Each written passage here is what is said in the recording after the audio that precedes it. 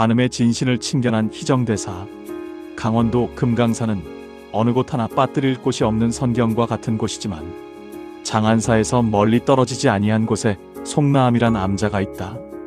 이 송나암은 기암괴석으로 둘러싸여 있고 은가루나 옥돌가루를 튀기는 듯한 세류 폭포가 흘러내려 물방울을 분수처럼 공중을 향해 뿜어내고 있어 더운 여름철이라도 더운 줄도 모르고 지내는 곳이다.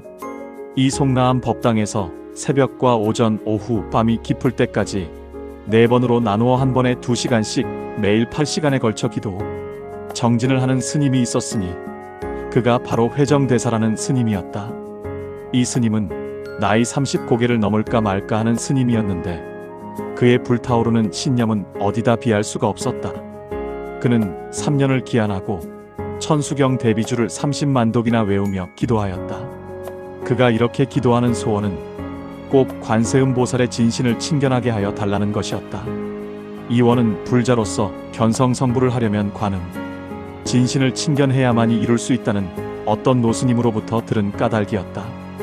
회정대사가 이런 발언을 하며 3년에 걸친 천일기도를 마치는 날 밤 잠시 잠이 들었는데 점잖은 부인이 나타나 내가 관세음보살의 진신을 친견하려거든 양구현 방산면 해명곡을 찾아가 몰고롱과 해명방을 만나거라. 그러면 관음진신을 친견케 되리라. 깨고 보니 꿈이라. 그 꿈을 정확하게 믿을 수는 없으되 천일의 긴 시간을 기도의 정성을 들이고 얻은 꿈이라. 회정대사는 바랑을 싸서 걸머지고 홀가분한 마음으로 양구현을 찾아 나섰다. 천신만고 끝에 양구현을 찾아 그 마을 촌민들에게 물었다. 여보시오, 해명곡으로 가자면 어디로 가면 됩니까? 해명곡은 무주구천동과 같아 사람이 살고 있지 않고 신선들만 살고 있는 깊은 골짜기인데 스님은 무슨 일로 그런 곳에 가시려고 합니까? 사람에 따라 볼 일이 다르지 않습니까? 저는 중의 몸이니까 깊숙한 골짜기에 들어가 공부하여 대도를 깨치려고 그러지요. 먹기는 무엇을 먹고 입기는 무엇을 입으며 그 쓸쓸한 무인지경에서 어떻게 혼자 살려고 하십니까? 중이란 본래 책은목과로 양식을 삼지요. 송락과 초이로서 의복을 대신하고 바위굴에 연불당을 지어 지저귀는 산재로 벗을 삼는 생활인데 거치적 거릴 것이 무엇 있겠습니까? 과연 도승의 말씀이요. 그런 마음으로 산으로 들어간다면 두려울 것도 괴로울 것도 없을 겁니다. 나는 가보지 않았소만 이 골짜기로만 한없이 들어가면 해명곡이 나온다고 하니 자꾸 걸어만 가보시죠. 회정대사는 혈기가 왕성한 젊은 몸이라 그 촌민이 가르쳐주는 대로 좌우도 돌아보지 않고 마냥 걸어서 들어갔다. 길 옆으로 낙낙장송이 줄지어 서 있고 시냇물이 콸콸 소리를 내며 맑게 흘러내리는 계곡이 굽이굽이 감돌고 있어 깊게 들어갈수록 경치가 아름다웠다. 한참을 걸어 올라갔더니 산등성이에 조그만 오막살이 한 채가 눈에 들어왔다. 그 오두막집에서 남자 노인 한 분이 관솔불을 피워놓고 부엌에서 도끼로 장작을 패고 있었다. 할아버지, 혹시 몰고롱 할아버지가 아니신가요? 어디서 오는 중이기에 이렇게 저물게 왔으며 또 나의 이름은 어디서 듣고 왔소? 소승은 금강산 송나암에 있는 중이온데 그곳에서 어떤 부인이 할아버지를 찾아가 뵈라고 꿈에 일러주어서 이렇게 찾아오는 길입니다. 그렇다면 나를 만나보러 온 목적은 무엇인가? 소승이 관음보살의 진신을 친견하기를 발언하며 기도한 것이 천일이랍니다. 기도를 마치던 날 꿈에 어떤 부인이 나타나서 관음진신을 친견하려거든 양구현 해명곡으로 찾아가서 몰고롱과 해명방을 만나뵈라고 해서 이곳을 찾아왔는데 할아버지가 꼭 몰고롱 노인인 것만 같아서 이렇게 묻는 것입니다. 관음보살을 친견하려면 나와 해명방을 찾아야 된다고 하더란 말이지? 그 여인이 알기는 바로 아는구먼. 해명방 어른은 어디 계십니까? 저기 보이는 산 너머에 계시지. 오늘은 늦었으니요. 기서 자고 내일 아침에 떠나도록 하여라. 그러면서 회정의 바랑을 방 안에 던지고는 들어가라고 한다. 회정은 노인이 시키는 대로 방에 들어가서 앉아 있으니까 노인이 도토리범벅 같은 것을 가지고 와서는 여기는 깊은 산골이라 이것밖에 없으니 이것이라도 먹고 자거라. 그제서야 회정이 그 노인을 자세히 살펴보니 연세가 80을 넘어 보이는데 근력은 건강하게 보이나 더럽기가 한량이 없다. 얼굴은 언제 씻었는지 분간키 어렵고 의복 역시 언제 빨아입었는지 꾀죄죄하게 때국이 줄줄 흘러 보이고 손발도 언제 씻었는지 한없이 불결해 보였다. 그 모습을 보고 나니 도토리묵이 목에 넘어갈 것 같지가 않았으나 워낙 배가 고파서 먹어치웠다. 회정은 피곤한 몸을 눕혀 한숨 자고 깨어보니 벌써 해가 돋아 있었다. 노인은 밖에서 도토리범벅을 만들고 있었다. 젊은 사람이 웬 잠을 그렇게 자느냐? 빨리 일어나 세수하고 조반 먹을 차비를 하거라. 회정이 급히 일어나 방문을 열고 나갔더니 벌써 나무가지에 세수물을 떠놓고 세수를 하라고 한다. 내가 해명방을 찾아가겠다고 하였지? 예, 그랬습니다. 해명방을 찾아가려거든 저기 보이는 저 앞산을 넘어가거라. 갈림길도 없으니 저 산봉우리만 넘어가면 될 것이다. 할아버지 감사합니다. 하룻밤 신세를 지고 갑니다. 신세라니 무슨 신세냐? 내 볼일이나 잘 보고 가거라. 감사합니다. 할아버지 안녕히 계십시오. 회정은 바라다 보이는 산봉우리를 넘어서 으슥한 골짜기로 내려갔다. 과연 별유천지 비인간 이로구나 하고 감탄하며 내려갔다. 한참을 가다 한 곳을 보니 새풀로 지붕을 이은 삼간초막이 하나 보였다. 아, 저곳이 해명방의 집이로구나 생각하며 쌀이 문 밖에 서서 소리쳤다. 주인어른 계십니까? 주인어른 계십니까? 누구세요? 한 20세가량 될까? 처녀 한 사람이 나오는데 어찌나 인물이 예쁜지 천하의 일색이었다. 회정으로서는 처음 대하는 미인이었다. 저 남녀가 유별한데 말씀드리기는 미안합니다만 해명방 어른을 좀 배우려고 찾아왔는데 계십니까? 해명방은 우리 아버지신데 아침에 일찍이 산으로 나무하러 가시고 지금은 아니 계십니다. 언제쯤이나 돌아오실까요? 점심때가 되면 돌아오실 것이니 마당으로 들어오셔서 저 봉당의 툇마루에 앉아서 기다리시지요. 그럼 실례하겠습니다. 이리하여 회정은 쌀이문 안으로 들어가서 봉당 마루에 바랑을 벗어놓고 앉아 기다렸다. 집안을 쭉 둘러보니 몰고롱의 집과는 정반대로 깨끗하기가 선경과 같았다. 보아하니 스님이신 것 같은데 어찌하여 우리 아버지를 찾아오시었습니까? 그것은 아버지를 뵈어야 말을 할 수 있습니다. 아버지가 나요. 내가 아버지나 마찬가지인데 그렇게 말 못할 것도 있나요? 대관절 스님은 어느 절에서 오셨습니까? 나는 본디 금강산 장안사 중인데 근년에는 송나암에 있다가 관세음보살의 진신을 배우고 싶어서 여기까지 찾아온 것입니다. 신심이 참 장하십니다. 그렇게 말하니 부끄럽군요. 어쩌면 공연한 망상이겠죠. 망상이라도 지극하면 진심으로 변할 수도 있는 것이니까 꼭 망상이라고만 할 수도 없지요. 그런데 스님의 이름은 무엇입니까? 나의 이름은 회정이라고 합니다. 규수의 이름은 무엇입니까? 여자가 무슨 이름이 있나요? 여자라고 어찌 이름이 없겠습니까? 아버지가 보덕이라고 지어주어서 남들이 보덕각시라고 부르지요. 보덕각시 참 좋은 이름이군요.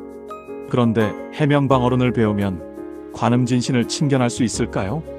그것은 아버지가 오셔봐야죠. 제가 어찌 알 수가 있겠습니까? 여기까지 찾아온 보람이 있어야 할 텐데요. 내가 스님에게 미리 알려드립니다만 우리 아버지는 아주 무서운 어른이시라 아무 까닭 없이 남과 싸우고 다투기를 좋아하십니다. 그런즉 우리 아버지가 돌아오셔서 스님에게 무슨 횡포를 하시든 간에 말대꾸를 하지 말아야지.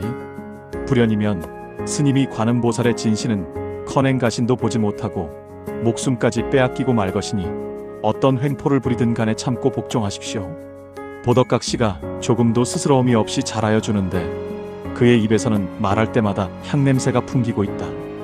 회정은 해명방에 대해 공포심이 생겨 얼떨떨해 있는데 그때 해명방이 나무를 태산같이 짊어지고 쌀인문 안으로 들어왔다. 키가 9척이나 되고 얼굴은 험상궂어 사나워 보인다. 보덕각시와 회정이 일어나서 인사를 하여도 해명방은 회정을 흘겨보고는 너는 어떤 놈인데 규수만 혼자 있는 남의 집에 들어와 있는 거냐? 하며 고함을 지르더니 작대기로 보기 좋게 회정의 정갱이를 후려 갈긴다. 회정은 보덕각시에게 들은 바가 있으므로 아픔을 꾹 참고 소승이 잘못하였습니다. 용서하십시오. 이놈 용서고 뭐고 썩 나가거라. 보아하니 중놈 같은데 중놈이 남의 집안에 함부로 들어오는 법이 어디 있더냐. 노발대발하여 욕설을 퍼붓는다.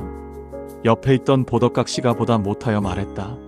아버지, 그 스님은 아무 잘못이 없어요. 제가 들어오라고 했어요. 아버지를 찾아온 손님인데 어떻게 문 밖에서 기다리라고 할 수가 있어요? 그래도 해명방은 회정을 훌겨보더니 너는 어느 절에 있는 중놈인데 나를 보려고 찾아왔느냐? 저는 금강산 장안사에 있는 송라암에서 천일기도를 마치고 관음진신을 친견하려고 이곳을 찾아왔습니다. 이놈아, 다른 사람은 만일 기도를 하여도 관음보살의 진신을 볼까 말까 하는데 겨우 천일기도를 해가지고 관음진신을 보겠다고? 어서 돌아가서 만일기도라도 해가지고 오너라. 보기 싫으니 어서 나가거라. 해명방은 회정의 팔을 잡고 발길로 엉덩이를 찬다. 회정은 어떠한 핍박이라도 받을 결심을 하고는 문 밖으로 내치면 기어들어가곤 하며 애걸하였다. 소승이 업장이 두텁고 죄가 많사오니 업장을 벗겨주시고 죄를 녹여주시옵소서. 그놈이 끈기가 꽤 질긴 놈이구나. 내가 관음의 진신을 친견하려면 저 보덕각씨와 오늘 혼인을 해야 될 것이니 그렇게 하겠느냐? 소승이 출가한 비구의 몸인데 어찌 파괴를 하고 장가를 들라 하십니까? 이놈아, 그렇다면 관음진신 친견은 다 틀렸다. 어서 내 집에서 썩 나가거라. 이때 회정이 보덕각씨를 쳐다보니 눈짓을 하며 거역 말고 순종을 하라는 표정이다.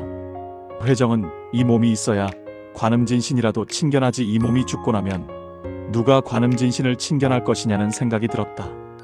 해명방어론께 잘못하였습니다. 무슨 말씀이든지 다 복종하겠습니다. 회정은 말은 그렇게 하였으되 내가 잘못 찾아온 게 아닌가 하는 후회도 일었다.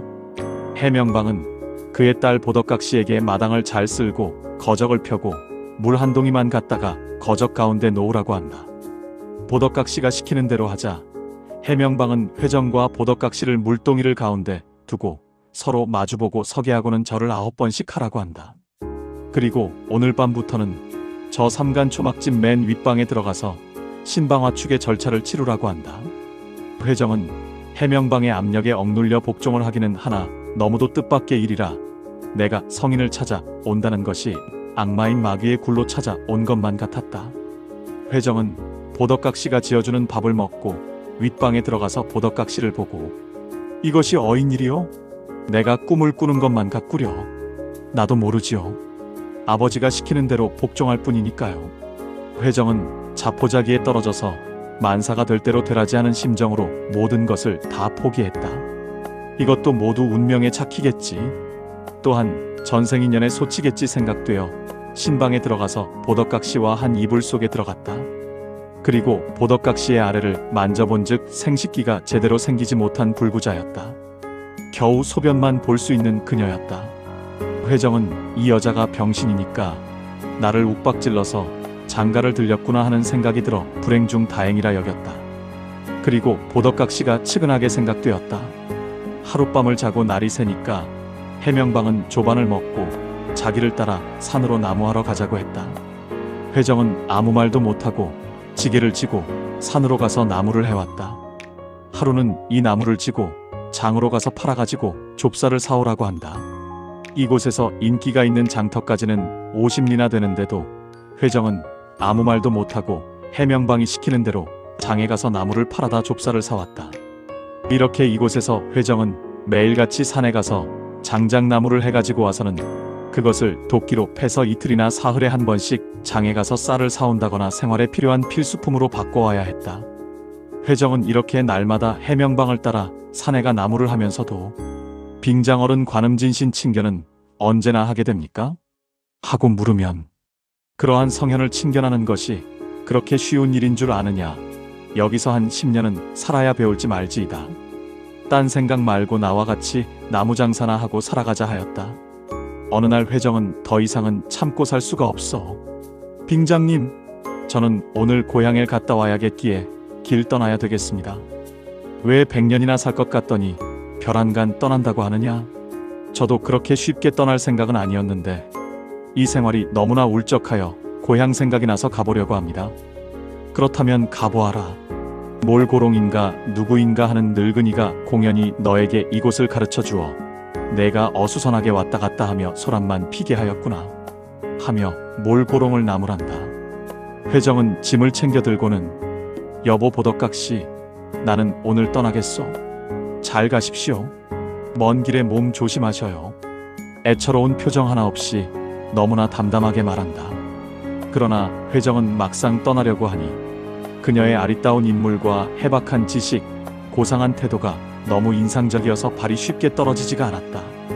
그러나 한평생을 산골에서 자식 하나 없이 나무장사만 해먹다가 일생을 마칠 것을 생각하니 안타까워져서 떠나려고 결심한 것이다. 보덕각시, 또 생각이 나면 돌아오겠소. 그동안 아버님 모시고 잘 있어 주시오. 내 걱정은 하지 말고 잘 가세요. 다시 찾아오지 않아도 좋으니까 세상으로 돌아가 참한 여자가 있거든. 장가들어서 유자생녀하고 잘 사세요. 보덕은 눈물 한 점 흘리지도 않는다. 회정은 참 이상한 여자도 다 있다. 내가 귀신에게 홀렸다가 가는 것인가? 이상한 생각이 들었다. 회정은 이왕 밖으로 나가는 길이니 몰고롱 영감을 찾아보고 인사나 하고 가리라 생각하고 제를 넘어 몰고롱 영감의 집을 찾아갔더니, 그래, 해명방은 찾아보고 관음보살의 진신도 친견하였느냐? 해명방은 배웠지만은 관음진신은 친견하지 못하고 갑니다. 이 박복한 중아, 그 해명방이라는 이는 보현보살이요, 그의 딸이라고 하는 보덕각시가 관세음보살의 진신인데, 그녀와 부부가 되어 47일이나 같이 한 방에서 지내고 가면서도 관음진신을 못 보고 간다고 하느냐, 이 못난 거사. 회정은 깜짝 놀라. 그렇습니까? 그러면 할아버지는 누구십니까? 나는 너에게 길을 인도한 문수보살이지. 회정은 환희심을 내서 무수히 몰고롱에게 예배를 하고 다시 앞산을 넘어 보덕각시의 집을 찾아갔더니 해명방도 보덕각시도 온데 간데가 없고 초가삼간도 보이지 않는다. 다만 빨래를 빨던 개천과 나무 패던 마당만 있을 뿐이다. 보덕각시, 보덕각시, 소리쳐 불러봤으나 물 흘러가는 소리와 바람소리뿐 보덕각시는 흔적이 없다. 죄의 업장이 두터워 보현 관음의 두 성현을 한 달 이상이나 모시고 지나고도 그 정체를 몰랐구나. 회정은 자기 가슴을 치며 통곡을 하였다. 떨어지지 않는 발걸음을 옮겨 산을 넘어 몰고롱 노인을 다시 찾아갔다. 네 몰고롱도 오두막집도 어디로 갔는지 사라지고 난직은 검은 바위만 있을 뿐이다. 회정은 성현의 조화가 이런 것인가 하고 빈터를 향하여 절만하였다. 다시 송라암으로 돌아와 100일 동안 관음기도를 시작하였다. 또다시 보덕각시를 만나보겠다는 일념으로 회정이 정성을 다하여 100일 기도를 마치는 날 밤이었다. 법당에서 나와 뒷방에서 잠이 들었는데 전날과 같이 귀부인이 나타나, 이 천치야, 관음보살과 47일이나 동거하게 해주었는데도 눈치를 채지 못하고 뛰쳐나와서 또 만나게 해달라는 거냐? 내일 아침 만폭동으로 올라가면 관음보살의 진신인 보덕각시를 만날 수 있을 테니 그리 알아라. 깨어보니 꿈이었다. 회정은 아침을 먹는 둥 마는 둥 하고 만폭동으로 올라갔다. 멀리서 보니까 소복을 한 젊은 여자가 폭포가 흘러가는 바위 위에서 머리를 감아 빗고 앉아있지를 않은가. 가까이 가서 보니까 틀림없이 보덕각시다. 회정이 너무 반가워. 보덕각시 하고 소리를 치며 손목을 잡으려 하니 사람은 온데간데 없고 이상한 오색빛의 날개를 가진 새 한 마리가 날아가고 있다.